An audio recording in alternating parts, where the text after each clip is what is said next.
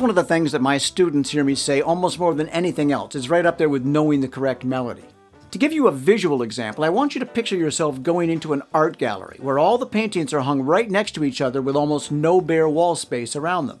That would feel chaotic, with your eyes bombarded by so much information that you couldn't even begin to feel the impact of any one painting. Well, that's the way a lot of jazz solos sound to people, like they're just wall-to-wall notes.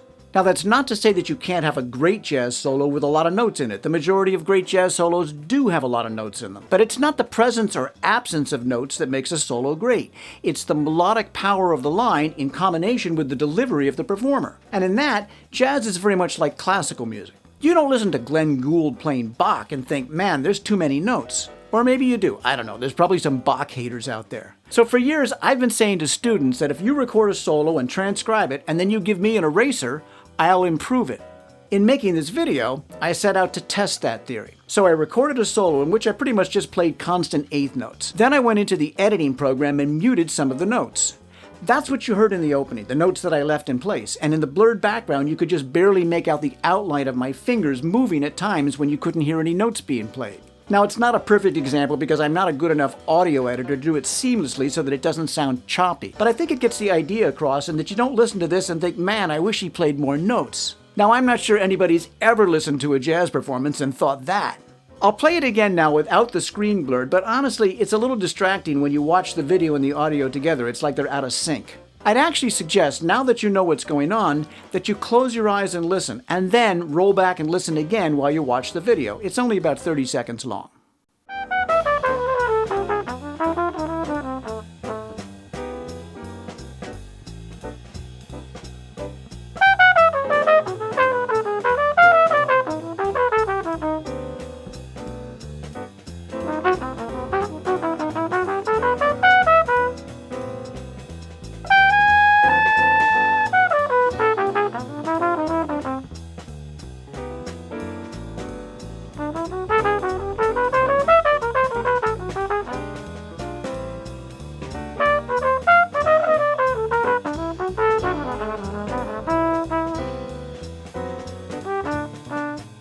So whether you're convinced by that demonstration or not, I've shown time and time again that when I give students strategies and inject space into their solos, most people agree that they sound better. The thing with jazz improvisation is that our heads are full of information, both things that we know and things that we hear. The more advanced your understanding of the music and the broader your vocabulary, the more you can get away from thinking about the things that you know, like chords and scales, and the more you can concentrate on the musical ideas in your head and the musical ideas coming from other musicians. But even in that ideal situation, your head is still bombarded by musical thoughts and sounds, and the natural instinct is just to keep playing until you run out of breath or screw something up. How much better would it be if you could deliver a coherent musical thought, a complete phrase, with space on either side of it? It'd be a lot better, and in a lot of ways. First, leaving space provides breathing room for the listeners. Imagine listening to somebody talk who just rattles off words as fast as possible without punctuation, only pausing for quick breaths. Well, that speaker will have less impact than someone who uses fewer words but expresses thoughts concisely and allows time for them to sink in. Right? When the soloist leaves space, that gives the rhythm section a chance to engage on a more active level. You gotta remember that regardless of who's soloing, everybody's improvising, and for jazz to happen on a high level, everybody has to be listening and interacting with each other. Larry King said, "I never learned anything when I was talking." Well, I put that in a musical context by saying I never heard anything when I was playing. Now, of course, that's not exactly true. All musicians have to listen and play simultaneously. But in an improvising situation where you're trying to play off of each other, giving yourself time to just stop and listen lets you hear all sorts of things that you might otherwise miss, which lets you interact with the rhythm section on a deeper level.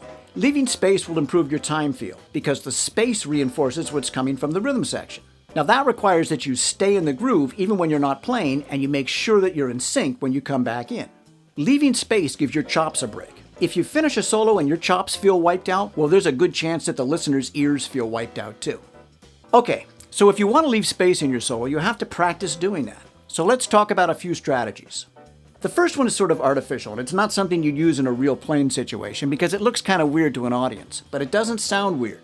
The idea is that every time you take a breath on a wind instrument or finish a phrase on another instrument, you have to physically move the instrument or your body out of playing position so that you have to make a conscious decision about when to start playing again. For trumpet players, I suggest that you drop your arms, putting the horn all the way down to your waist. Piano players or guitar players or sax players, take your hands physically away from the instrument. Now, doing this will inject periods of space that may feel uncomfortably long to the performer, but not so much for the listener who's actually drawn in by the long period of anticipation.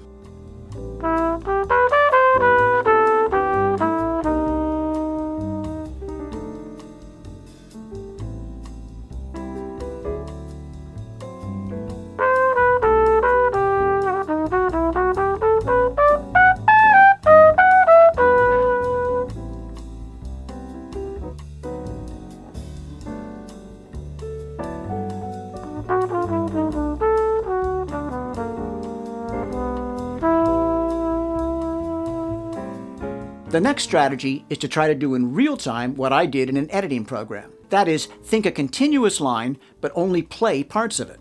Sometimes I try to keep fingering the line when I stop playing, but that seems to make it awkward getting smoothly in and out of the phrases that I do play. From your perspective, you just have to realize that there are notes going on inside of my head in between the lines that you hear me play.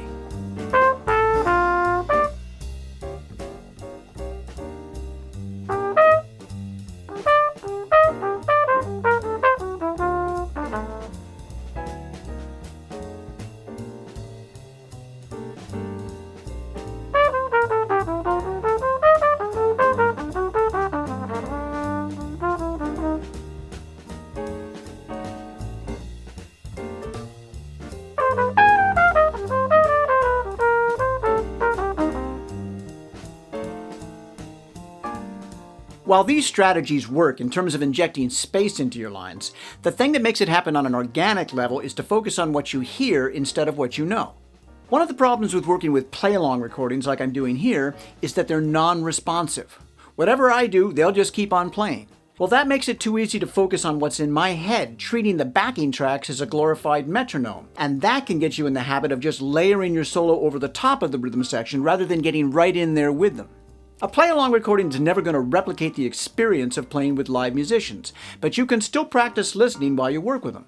Now, it's a one-way street. They can't listen to you, but if you get in the habit of listening while you improvise, live musicians will pick up on that, good ones will anyway, and you'll feel that energy coming back at you.